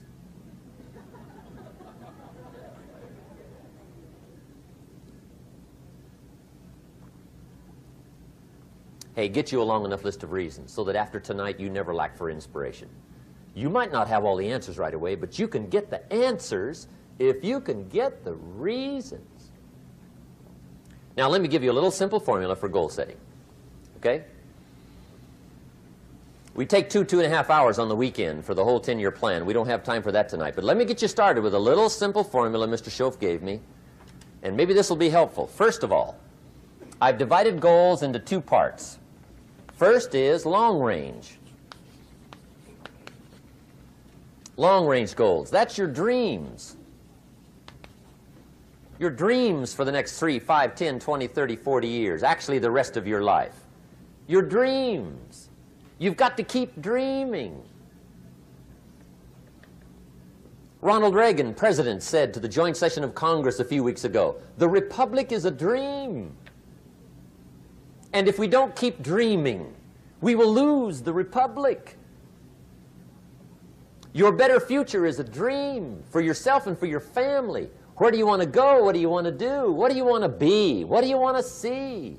You've got to dream dreams. There's a Bible phrase that says, without dreams and visions, people perish. You've got to have something to go for that inspires the heart and the soul. Dreams. From the children of Sanchez, it says, take the crumbs from starving soldiers, they won't die. Take the bread from hungry children, they won't cry. But without dreams, we all will die. You've got to dream. Don't lose your dreams for yourself, for your future, for your family. The dreams of love and enterprise and travel and doing things, becoming something unique on your journey here. Don't lose your dreams. Do some dreaming. That's long-range goals. You've got to have those. So that's number one. Here's the second part of goals, short range. Short-range goals. That's your goals for tomorrow, this week, this month, this year, the immediate future. We call these confidence builders.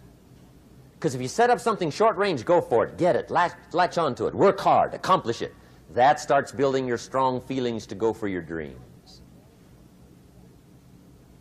Now, I've divided goals into 3 categories. Here they are. Number 1 is economic. That's your goals for money, income, business, profits, production. Economics. Make sure you've got your economics well planned. Economics plays a major role in everybody's life. Economics is major, which means it ought to be meticulously well planned for tomorrow, this week, this month, this year, long range. What if you asked somebody tomorrow if you could see their meticulously well-planned list of economic goals? What would they probably say? They'd say, you some kind of a nut? You must be weird. Hey, I found out what success is. Success is doing what the failures won't do. Make sure you've got your economics well planned. It'll put you in the top 5%. one of the key little subjects we talk about on the weekend is the 7 fundamentals for wealth and happiness.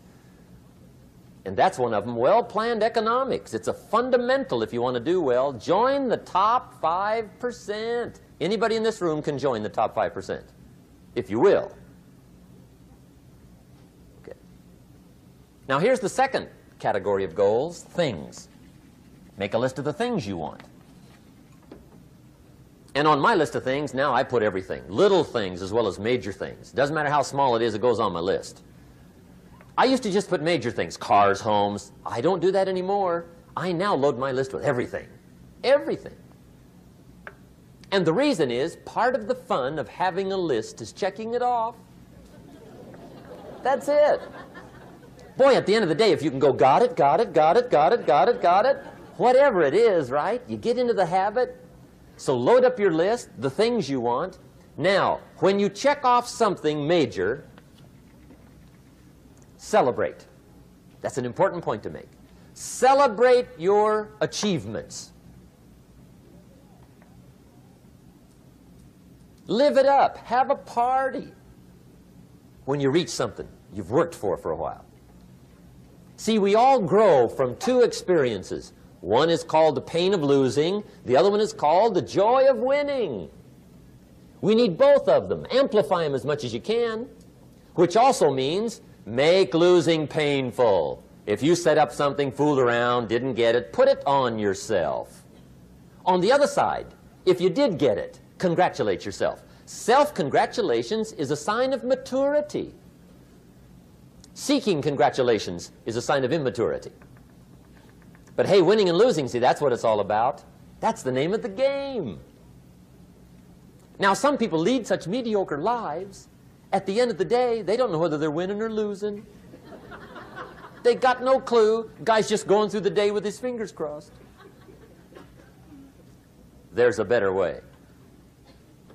Okay, here's the third category of goals, personal development. Put those goals together. Personal development goals. That's your goals to be stronger, more decisive, be a speaker, be a leader, learn a language, all kinds of skills. Okay? The whole weekend seminar was designed to improve all your skills so that you walk away more skillful. And that's what you want, the personal development skills. That's what attracts, that's what brings good things to your life, the person you become more skillful. Now, this is quite a package to work on.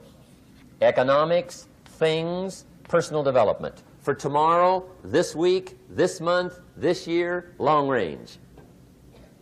Okay? That'll get you started. Now, here's the simple formula for setting goals. It goes like this. A, work on your goals. That's step 1. Work on them.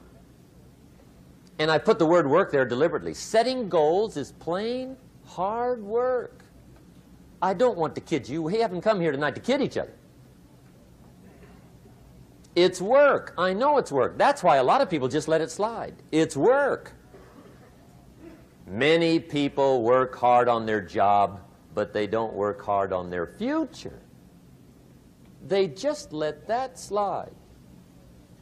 And the work involved is making plans. I know most people don't. I understand that, but don't let that be you. Guy says, well, yeah, you work where I work, but the time you struggle home, it's late. You've got to eat a bite of supper, watch a little TV, get to bed. You can't sit up half the night. Plan, plan, plan. And the guy's behind. Good worker, hard worker, sincere. But you've got to be better than sincere, working hard. You've got to be better than a good worker. You've got to be a good planner. Somebody once wisely said, the people who fail to plan are planning to fail. Well said.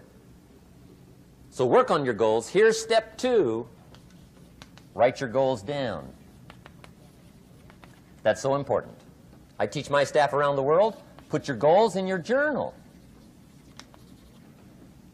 Because one of the major people you want to study is yourself. Say, here's the list of goals I put together 3 weeks ago. Here's the list of goals I put together 2 years ago. Here's some of the changes I made, rearrangement of my priorities. I scratched these off. I put these on. I've gotten these. Study your accomplishments. Study what your desires are. Put them on paper. Write them down. Here's another reason for writing your goals down. It shows you're serious about doing better. And to do better, you got to get serious. You don't have to be grim, but you must be serious. Everybody hopes things will get better. Everybody hopes. Poor people hope. That ought to tell you something. It means the future does not get better by hope. It gets better by plan. I used to have the affliction called passive hope. It's an affliction. It's bad. Probably what's even worse than that is happy hope. Now that is really bad. That's bad. Happy hope. The guy's 50 and he's broke and he's still smiling. See, that's not good. So get serious about your goals. Put them on paper. Write them down. There's all kinds. His goals, her goals, their goals. Business goals, financial independence goals, family goals. I mean, there's so many things to work on this that if you don't get busy and work on it, sure enough, the time will pass. And sure enough, 5 years from now, you'll wind up where you don't want to be, wearing what you don't want to wear, driving what you don't want to drive, being what you don't want to be. Now's the time to fix it. Now, here's the third step to your goals. Check the size of your goals and the kinds of goals. How big they are, what kind they are, affects you.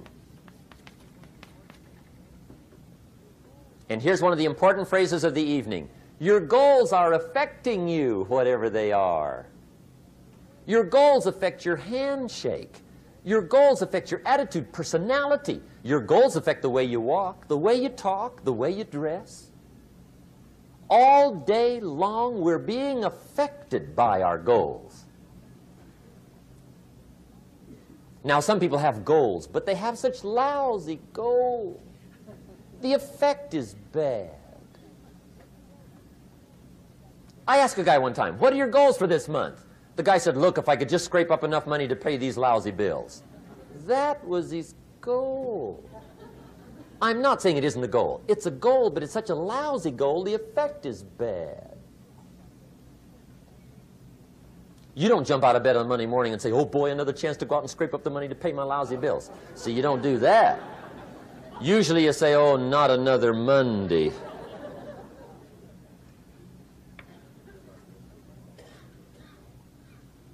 And some people have so given up on life, they have joined the thank God it's Friday club. How sad. Surely those are the same people, when life is over for them, will say, thank God it's over. Let me give you a Bible philosophy that teaches how to get whatever you want. That's the title of the next set of notes. How to get whatever you want. From the Bible. Now again, I'm an amateur when it comes to the Bible. I'm not a pro. But this I can quote, and I think that'll be sufficient. How to get whatever you want. Here's what it says if you're ready. It says, ask.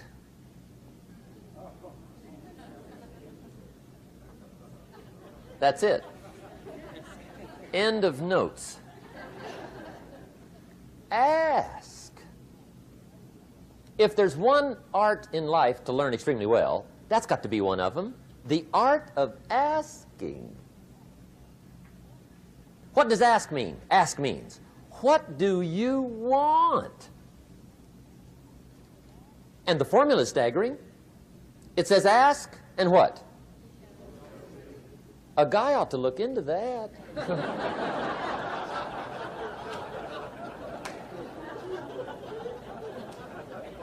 He says, yeah, but you work where I work by the time you struggle home. It's late. You got to eat a bite of supper, watch a little TV, get to bed. You can't sit up half the night, ask. And the guys behind. See, you've got to be better than a good worker. You've got to be a good asker. Now, let me give you 3 key points on asking and receiving. This can do it. Number 1, asking is the beginning of receiving. Asking starts a unique process, mental and emotional. I don't even know how it works. All I know is it works. It's like pushing a button and all this machinery starts working. I don't know how. It just works. There's a lot of things you don't need to know how. Just work them. Some people are always studying the roots. Others are picking the fruit. I mean, it depends on what end of it you want in on. Asking is the beginning of receiving, so start the process. Here's number 2. Receiving is not the problem. Receiving is automatic. Now, if that's true, receiving is not the problem, what's the problem? Failure to ask might be one of your major problems. I don't know. Check it out. The guy says, oh, now I see it. I got up last year and hit it every day, but there's not a scrap of paper with my goals on it. Good worker, poor asker. So you got to change that. Here's number 3. Receiving is like the ocean. There's plenty, especially in California. It's like an ocean here.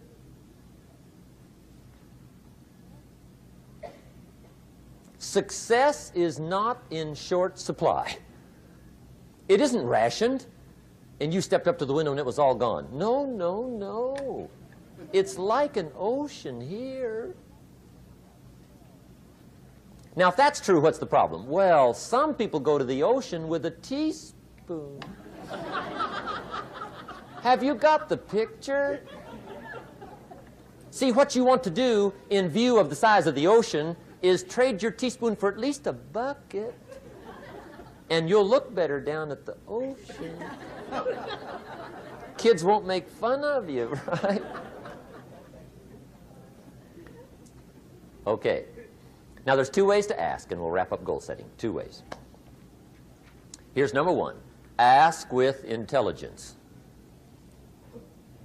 It didn't say ask intelligently, but I'm sure it meant that. Don't mumble. You don't get anything by mumbling. Be clear. Be specific. Intelligent asking means how wide, how high, how soon, when, what size, what color, how much. Define what you want and describe what you want. That's powerful. In the weekend seminar we teach, goals become like a magnet. They pull you that direction. And the better you describe them, the more they pull. So ask intelligently. Here's number 2. Ask with faith. That's the childish part of the equation. Believe you can get what you want like a child. Not an adult. Adults are too skeptical. So the formula really reads, make plans like an adult and believe in them like a child. And the most incredible things will happen. Just try it for 90 days. Just try it. You can always go back to the old ways. Just try it, just 90 days, 90 days. Now here's the last qualifying phrase on goal setting, as we promised to qualify everything. And it simply goes like this. Remember, you won't get everything you want. And we've already studied the reason for that. Simply, sometimes it hails on your crop and rains on your parade. It's that kind of planet. So you won't get everything you want, but if you will work this goal-setting formula, you can get plenty for wealth and happiness.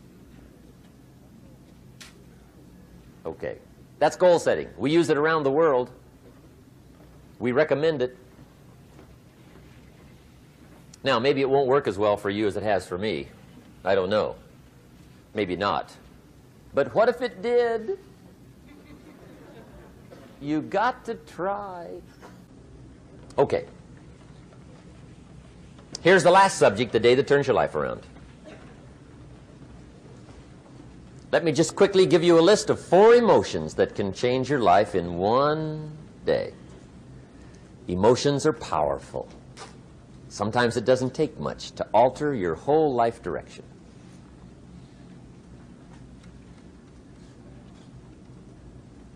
Okay, here they are. Number 1, disgust. Powerful emotion. Disgust says, I have had it. See, that could be the day. The day you can say, I've had it. And whether you've had it with something small or something major, the day you can say, I've had it, may not be the day it ends, but the day it begins. That's what I said when that little Girl Scout left my door when I'm 25.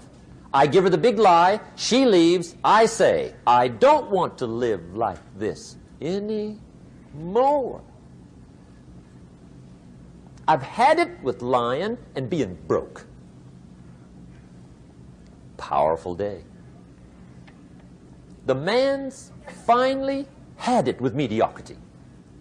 He's had it with being a loser. He's finally had it with those awful sick feelings inside, knowing his wife is at the grocery store looking at 2 cans of beans, one marked 37 cents, one marked 39 cents. And the guy sick inside knows his wife's going to buy the 37-cent can, and she doesn't even like the brand. Do you know why she's going to buy the 37-cent can? To save 2 cents. The guy sick inside finally says, I've had it. Being on my knees in the dust looking for pennies, we're not living like this anymore.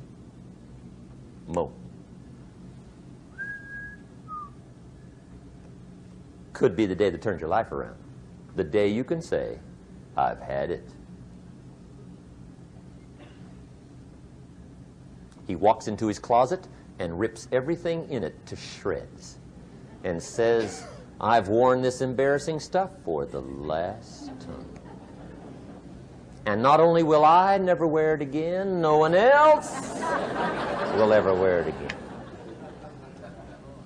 Commit an act that says, I've had it. Powerful. Here's the next one. Decision. And decision-making is powerful. And it's emotional. That's those knots in the pit of your stomach, right? Waking up in the middle of the night in a cold sweat, trying to decide. We sometimes call it inner civil war. What shall I do? Well, for progress, you must decide. The best advice I can give you came from a wealthy friend of mine who said, if it's easy, do it easy. If it's hard, do it hard. Just get it done. If you went home tonight and in the next few days cleaned up a whole list of decisions, that might furnish enough inspiration for the next 10 years. I found this out many times after you've decided. Getting on with it is easier than deciding. Sometimes decision is the toughest part. Here's the next emotion, desire, wanting to bad enough. And I don't know how to tell you to want to. That's something you've got to come up with. There's 2 things I know about desire. Number 1, it comes from inside, not outside. You don't send off for it. Number 2, I know desire can be triggered by something. Who knows what it might be? Sometimes desire waits and sleeps for something to happen. Maybe it's a book, maybe it's a song, maybe it's a sermon, maybe it's a lecture, a seminar, maybe it's the conversation of a friend, a happening, an event. Who knows? The best advice I can give you is what I give my staff. It goes like this: welcome every human experience. You never know which one is going to turn it all on. even the bad experiences. Sometimes from the bitterest experience comes the greatest awakening. So let down the barriers, take down the walls. The same wall that keeps out disappointment keeps out happiness. Let life touch you. Don't let it kill you, but let it touch you. Here's the last one. This one's powerful. Resolve. Resolve says, I will. Two of the most powerful words in the language. I will. Benjamin Disraeli once said, nothing can resist a human will that will stake even its existence on the extent of its purpose. Shortly put, I'll do it or die. See, that's powerful. That could be the day that turns your life around.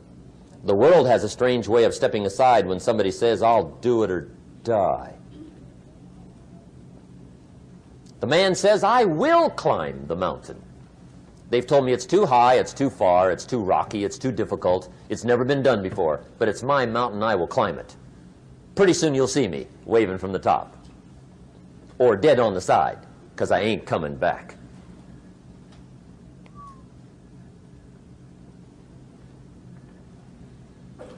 The best definition I ever got from the word resolve came from a little junior high girl in Foster City, California, up north. I'm talking to the junior high kids one day. I love to ask kids definitions. They come up with beauties. I got to the word resolve and I asked, who can tell me what resolve means? And I got several hands, and they were all pretty good, but the last one was the best. Little girl, about 3 rows back, held up her hand. She said, Mr. Rohn, I think I know what resolve means. I said, darling, what do you think it means? She said, I think it means promising yourself you will never give up. I said, that's it. Webster, stand aside. That is the definition. Promise yourself you will never give up. I asked the kids, how long should a baby try to learn how to walk? How long? How long would you give your average baby before you shut him off? How long? See, any mother in the world would say, you're crazy. My baby's going to keep trying until it learns how to walk. What a magic formula. Now let me show you what triggers all emotions into activity that brings results. And results is the name of the game. Here it is. Action. Finally, you must do something about how you feel. Jesus, the master teacher, said, don't just be listeners, be doers. The world admires the doers. Whatever it takes to get you to try harder, read more, set your goals, and go for it. Here's the next attitude disease. Over-caution. Some people never will have much. They're too cautious. Now, you can also be too reckless, but you can also be too cautious. This is called the timid approach to life. And my caution was always the risk. Risk used to drive me right up the wall. I used to say, what if this happens? It's called the language of the poor. What if this happens? And on top of that, if this was to happen, look at the fix I'd be in. I better not try. I could always ace myself out. Then I'll tell you what changed my whole life when I finally discovered it's all risky. The minute you were born, it got risky. If you think trying is risky, wait till they hand you the bill for not trying. If you think investing is risky, wait till you get the tab for not investing. See, it's all risky. Getting married is risky. Having children is risky. Going into business is risky. Investing your money is risky. It's all risky. I'll tell you how risky life is. You're not going to get out alive. That's risky. The Englishman says, well, if that's the way it's going to work out, let's give it a go. Right, that's what it's for. Give it a go. Somebody says, yeah, but I'm looking for safety and security. Fine, then huddle in a corner. We'll cover you with a sheet, bring you 3 meals a day. And we'll protect you, feed you, look after you, care for you. We won't let anything happen to you, and you'll probably live to be 100. The guy said, well, yeah, I'd live to be 100. But what a way to live. Right. What a way to live, safe and secure. Don't ask for security. Ask for adventure. Better to live 30 years full of adventure than 100 years safe in the corner. And see, it's not important how long you live. What's important is how you live. Here's the next attitude disease. We're almost through with this motley list. In fact, we're almost through. Hang on. The next one is pessimism. Pessimism, the deadly disease of always looking on the bad side, the problem side, the difficult side, checking all the reasons why it can't be done. The poor pessimist leads an ugly life. He doesn't try to figure out what's right. He tries to figure out what's wrong. He doesn't look for virtue. He looks for faults. And when he finds them, he's delighted. How ugly. This is the poor guy who looks through the window, doesn't see the sunset. He sees the specks on the window.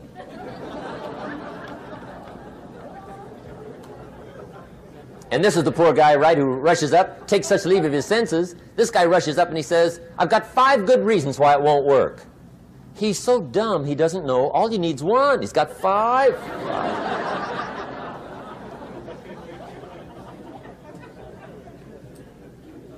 To the pessimist, the glass is always half empty.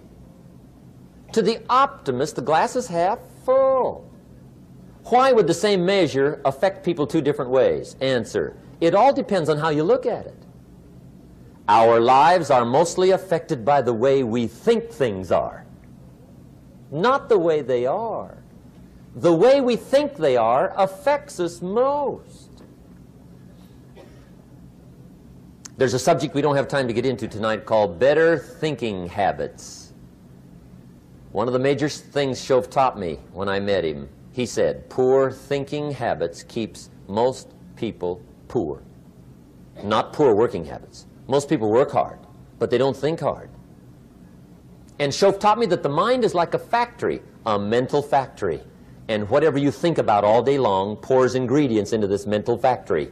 And that's what builds the economic, social, financial fabric of your life. He quoted me a Bible phrase that says, as you think, so you become. How awesome. When he talked about poor thinking habits, he had me. I used to start the day reading the morning newspaper. I mean, you can believe that or not. I'd get a cup of coffee and read the paper. I'd load up on wars and riots and murders and stabbings and killings and bank robberies and muggings and car wrecks and tragedies. I'd even read the back pages. I seem to like that stuff for some weird reason. I'd load up on all that, and then I'd start the day. You can imagine the kind of days I used to have. You walk around on your financial knees. They call you economic peewee.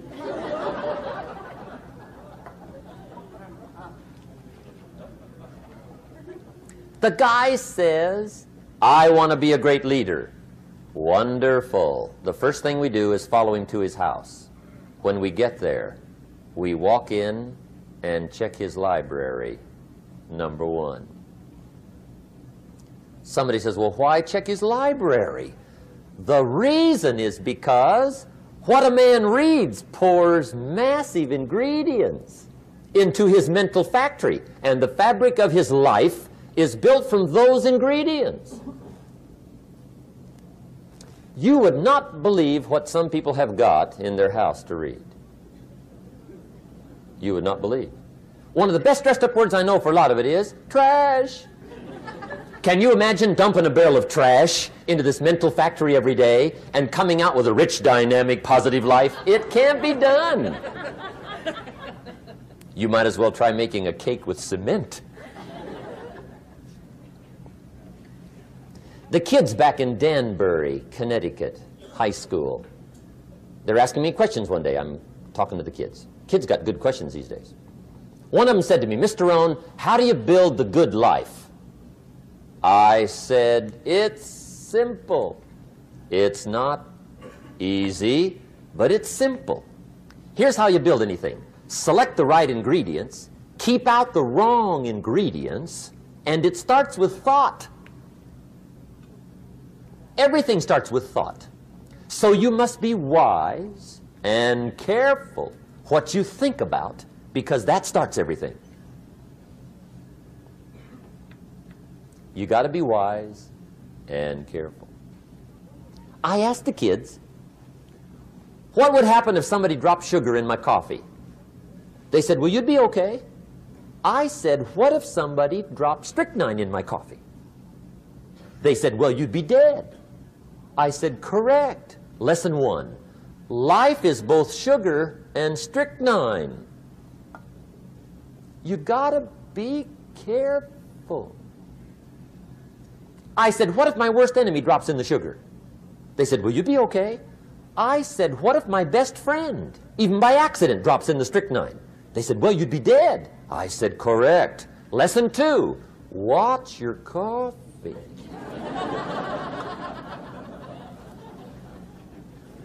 You got to be careful. See, it doesn't matter who hands you the bad stuff. It doesn't matter where you get the bad stuff. It'll still do its damage on your bank account, wherever you get it.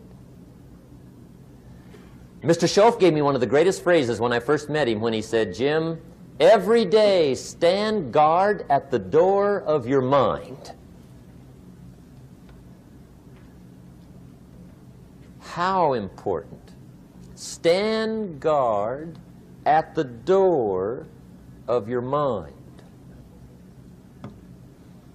And you decide what goes into your mental factory. Don't let anybody just dump anything they want to in your mental factory, because you've got to live with the results. Okay, here's the last disease, and we're through with this list. In fact, we're almost through. Hang on. The last subject is very brief. The last disease, but this one is deadly. Engage in this one, indulge in it even slightly, and you might as well forget the future, because it's going to forget you. Complaining, crying, whining, griping, a Bible word called murmuring. See, that'll ace your future. Spend 5 minutes complaining, and you have wasted 5. And you may have begun what's known as economic cancer of the bone. Surely they will soon haul you off into a financial desert and there let you choke on the dust of your own regret. I hope I said that well, so you won't forget. It's a deadly disease. If you don't think it's bad, ask the children of Israel of Old Testament fame. Typical of us all, their story just happened to get in the book. Story says, children of Israel were slaves. God performed a series of dazzling miracles and got them out. And now they're heading for the promised land. Remember the story? Heading for the promised land. Tragedy of the story, they never got there. Reason. From day one, they started to complain. They griped about the water. They griped about the weather. They whined and cried and griped about the food. They griped about the leadership. They whined and cried because it was too far, too cold, too hot, too difficult, too miserable. I mean, they whined and cried for years. Finally, God said, I've had it, trip canceled. Or something like that. The story says they died in the desert, never got to the promised land. Which I think means 2 things. Indulge in this long enough, you get your future canceled. And I guess it also means even God himself can only take so much.